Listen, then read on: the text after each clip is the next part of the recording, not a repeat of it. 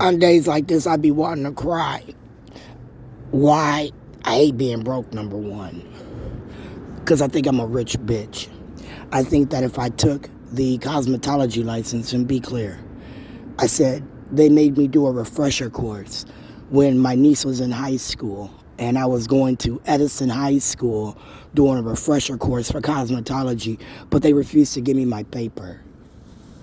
So that was the first lawsuit I thought personally I had, because the state of Minnesota's cosmetology board kept telling me, don't worry about the paper, you can just go do hair, Sharon. And I kept saying I wanted my accreditation.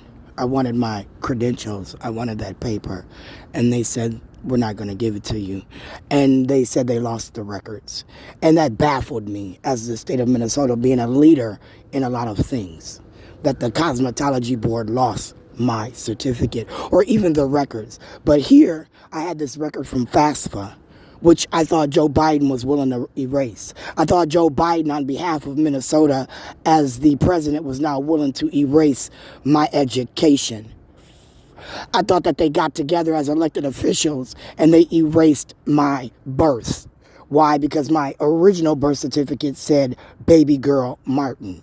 It didn't say Sharon. And when me and my dad went to go have my name put on it, me and him argued about Baker. And I told him I had been Sharon Martin all my life. And because it was my mother's name, I was going to keep Martin as the family. And he was hurt, but I told him I would have chose Williams. Because at that time, I didn't believe that he married my mother, and under my upbringing, you were supposed to be married to get the man's last name, and we just was raised that way. And then when I met that officer at Tony's Food Market, and he said, oh, you're a Martin, and you're related to blah, blah, blah, blah, blah. And even though, in a sense, I was related to them, the stigma that he put on their name, the way he treated me after, and mind you, this cop had been coming in the store for like 6-7 months at this point, right? And then he asked me one day my last name. And that was when I just didn't really like my last name to some people. It became a, why do you need to know my last name?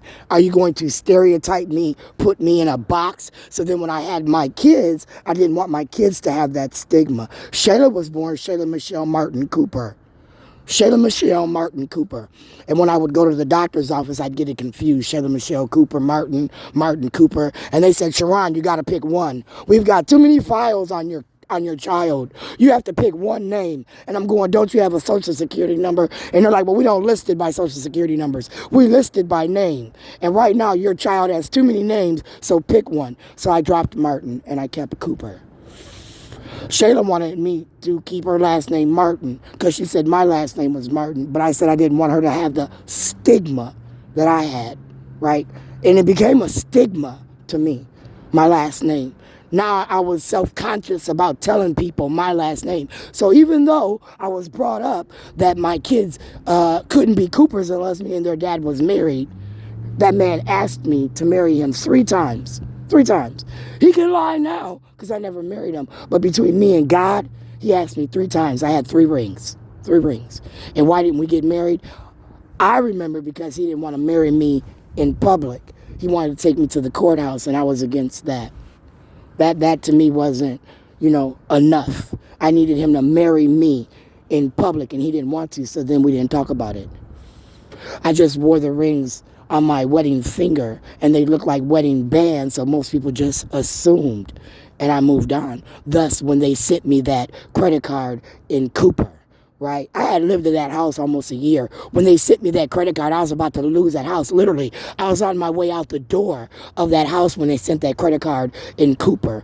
And I sent my identification, I sent my social security card, and they refused to fix the credit card, so they just got rid of the credit card. So then when Mazzarelli and Kramer brought that judgment against me, I sued them. Judge Sipkins said that wasn't possible. I said, Judge Sipkins, you need to make them get the original case because I fought them on that. And I said it was 10 years or more older. They couldn't even have this case in a fucking court of law talking about they're getting a judgment against me as Joshua R. Williams is giving me police brutality money. I then went after Joshua R. Williams. I said Joshua R. Williams was doing too much. I said, somewhere along the line, Mazzarelli and Kramer came up with this fake-ass judgment that said I owed this amount of money to this bill that was sold in bulk, and it wasn't a valid bill. I had fought it. It was never on my credit report until this judgment. And Judge Sipkins told me that, well, he didn't really want to open up that can of worms. He's just going to say they don't have a judgment against you. They can't go after your money in your bank account, Sharon, so don't worry about it. And then Wells Fargo said, Sharon, here's the paper. They tried to go after your money again. This Mazzarelli and Kramer. They sent a judgment to Wells Fargo. And not only didn't they send a judgment to Wells Fargo, me and Wells Fargo is now going toe-to-toe with Mazzarelli and Kramer a second time. Why? Because they're trying to get money from me that I don't owe them. And I said that was somebody that bought my bills. And as they bought my bills, they kept giving me these bills. And as they kept giving me these bills, I was taking them to court. So I wanted to take Altavis Kirk through St. Stephen's shelter to court for handing me a bill on behalf of Minneapolis Public Housing Authority that I thought I didn't know. I really didn't think I owed it. And I tried to go to conciliation, arbitration court, whatever you want to call it, with Minneapolis Public Housing Authority, but they took 2 years. From 2014, when I left the premises, they didn't give me a meeting until 2015, going into 2016. And as they gave me that, it was with their counsel, and they said, well, prove Shayla didn't graduate. And as long as I could never get a copy of my daughter's high school diploma, Michelle Bethke Kelleher, remember now, it was in my belongings in that storage locker. Shayla's high school diploma was packed away. I had it. It was sent to me 12/17/2013. I got that bitch in the mail. I thanked Michelle Bethke Kelleher, and I packed it away as I packed my original birth certificate away, and I packed that one that put my name on it away in that locker. I packed Michael's away. I packed Keenan's away. I had all our birth certificates in a drawer, in an envelope, and they took our identity. That's what they did. They took our identity, and they mocked me. So as I just sent you those emails, Oprah, those texts, those posts, that's a separate thing for me. You're a whole separate fucking argument, bitch. You understand that? I wanted to go after the state of Minnesota for my cosmetology license. Right? I took a whole esthetician test, cosmetology test. I took a laws test. They said, go get your, refresher course. And I did that. I paid for that. I paid for it. Out my motherfucking pocket. Was I selling pills? I don't think so. Because Krisha was in high school. So what year did Krisha graduate? Because that's the year that I was taking that refresher course going to motherfucking Edison. And that's when you should have those records. Because that teacher that taught that cosmetology course taught me my refresher course. Same one Miranda went to, right? I talked about that shit too, but Miranda didn't want to, acknowledge being in that course. She didn't want to acknowledge being in the course with me. She didn't want to acknowledge me. But you could come work with me. I said, bitch, why I want to work with you then? Oh, I don't remember that now. I don't remember you. And that's okay, because I remember you. And I remember you told me you were from like the Go or Gary or some shit. You were coming here to the state of Minnesota, and you were getting your license here active, right?